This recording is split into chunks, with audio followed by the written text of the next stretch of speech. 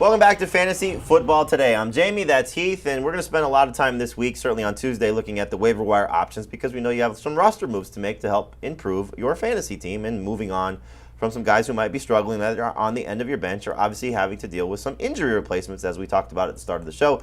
Jeff Wilson could be very popular. Jaylen Warren could be very popular.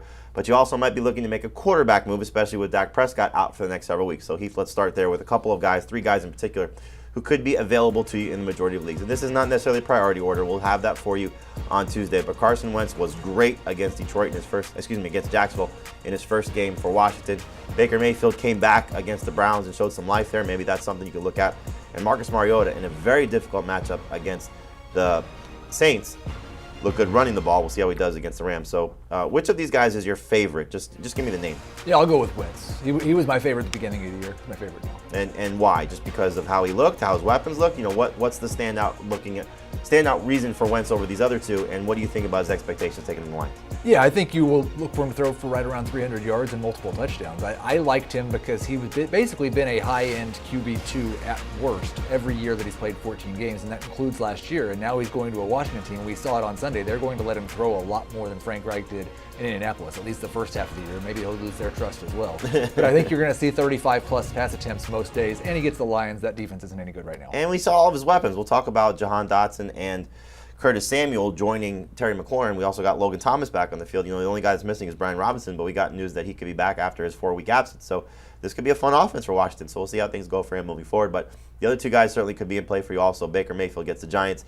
Marcus Mariota, tougher matchup. But again, we like running quarterbacks. He gets the Rams. All right, let's go to the running backs here. And this is where we're going to have a lot of discussion because should it be Jeff Wilson or should it be Jaylen Warren? This is a list of guys that could be available to you. Again, majority of leagues. And Brian Robinson, not a bad idea to stash him if he's still out there because if he does come back after Antonio Gibson did struggle a little bit running the ball, he could reclaim that job. But Heath, I asked this question at the start of the show when we were talking about the injuries to Elijah Mitchell and to Najee Harris. For week 2, which running back do you want more, Jeff Wilson or Jaylen Warren, assuming both guys are out? I will go with Jeff Wilson. I think his team will score more points against Seattle. I think the matchup's a little bit better. Long term, if we find out it's a multi-week absence for both Mitchell and both Najee Harris, which running back would you prefer? I'm going to go with Warren because I'm not confident that Wilson can stay healthy in a full-time role, and he has a lot more competition for touches if the starter's gone. Yeah, and you know, we're going to say Jordan Mason and Tyrion Davis-Price, but there's also clearly Deebo Samuel, and I think we'll start to see Trey Lance run a little bit more. So that's why those 2 guys are certainly going to impact what Jeff Wilson does. But let's talk about a couple other guys here. So Jamal Williams scored 2 touchdowns, and you were saying this at the start of the preseason about how he's going to play a role that's going to impact DeAndre Swift. Thankfully, it didn't happen against the Eagles because Swift was awesome and did find the end zone, but he lost 2 touchdowns to Williams. So how concerned are you about Swift with Williams, and how much interest do you have in Jamal Williams? Swift was one of the guys, you mentioned Jahan Dotson was another one, where like just looking at his usage, he had a lower percentage of the running back touches than I projected he was going to in this game, but he was just so wildly efficient. He had a 50-yard run, average 9 yards per carry. If they have that split all year long, I'm very concerned about DeAndre Swift being anywhere close to as good as he was. And I do think Williams is a weekly flex option. Is Herbert the best Bears running back right now? I don't know that we've seen enough that last week to know that, just because he had a couple of runs where he had a big hole, and it didn't seem like David Montgomery had those. And then they had, when that offense caught fire, when Justin Fields found a little bit of a rhythm, that was one of Herbert's drives, and they just went right down the field. I'm way more open to that than I was at the beginning of the season. Would you be looking to, which of these 2 guys do you prefer to add? I'd rather have Khalil Herbert because I think there is a possibility he could take that job without an injury. I don't think that's possible for Jamal. Man, that's going to be so frustrating for the David Montgomery fantasy managers, but he did look more explosive, just something to keep in mind. And you see Dontrell Hilliard's name on here. Look, he's a good handcuff for Derrick Henry, but don't plan on starting him anytime soon, despite the fact that he scored 2 touchdowns. It was just great to see, but not something you can look at moving forward. And then the other name on here, obviously, is Rex Burkhead that you want to look at. Look, he could be the guy for the Texans, but I don't know if that's going to mean somebody you want to start, but certainly somebody you might want to add. So we'll talk about that a little bit more on Tuesday's show. Let's go now to the wide receivers and some interesting names on this list. A couple of them we've already talked about. The one at the top, Tyler Boyd, if T. Higgins is out, somebody worth adding, taking on the Cowboys next week. Bigger opportunity for him, but he's now scored in 4 straight regular season games, and Higgins did leave the game against the Steelers with a concussion.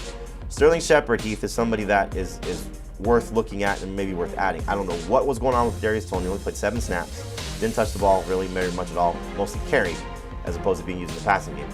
Is he going to be a go-to guy for Daniel Jones now that he's healthy. Another surprise recovery from an Achilles injury. Yeah, I think he's probably my top priority on this list. If it's not Jarvis Landry, it's one of those two guys. And you look at the history when Daniel Jones and Sterling Shepard have been healthy on the field together. Shepard's been on about 100 catch pace. He wasn't anywhere close to that yesterday because he was kind of a part-time player. But with the Wan'Dale Robinson injury, with Kadarius Toney apparently being in the doghouse, I think Shepard's the clear #1 wide receiver for now. And it's going to be a better offense with Brian Dable. We saw that for Saquon Barkley. Could certainly matter for Shepard as well. Makes sense to me of Dodson and Samuel because Samuel got more targets. Dodson scored 2 touchdowns. For me, I'm going to prefer the rookie, even though Samuel did do some nice things and obviously has played well at times. But I'm going to look at where the trajectory is and who I think has more upside. Where do you come out on these two guys? Yeah, I'm way more excited about Dodson. I was a little bit chilled by the fact that Samuel was so involved. The thing is, like, he was limping on the sideline midway through this game at one point. He's had such a hard time staying healthy. It looks like they're just going to get everything out of Curtis Samuel while he's available, and I think he'll be a worthwhile flex. But full season, I'd rather have Dodson. Tell me about the 2 veteran guys, because Robbie Anderson led the team in targets against the Browns, and then Jarvis Landry had a monster game for the Saints in their comeback effort. Which of these 2 guys do you prefer and why? They're both worth ads. They both should be rostered in more leagues than this. I prefer Jarvis Landry over Robbie Anderson. That was a little slip there, but I think the way Jarvis Landry went about doing it, Robbie Anderson, like, he makes big plays, but without that 75-yard catch, he did nothing really on those targets. A couple of tight ends to look at here, and we'll spend a lot more time on Tuesday with these guys, but Gerald Everett, Robert Tonyan, Hayden Hurst, Tyler Conklin, all worth looking at. Don't bother with Taysom Hill. I just put him on here just in case something happens to Jameis Winston. Maybe he gets back under center again instead of Andy Dalton, but something to consider. But we'll spend a lot more time on the tight ends on Tuesday's show.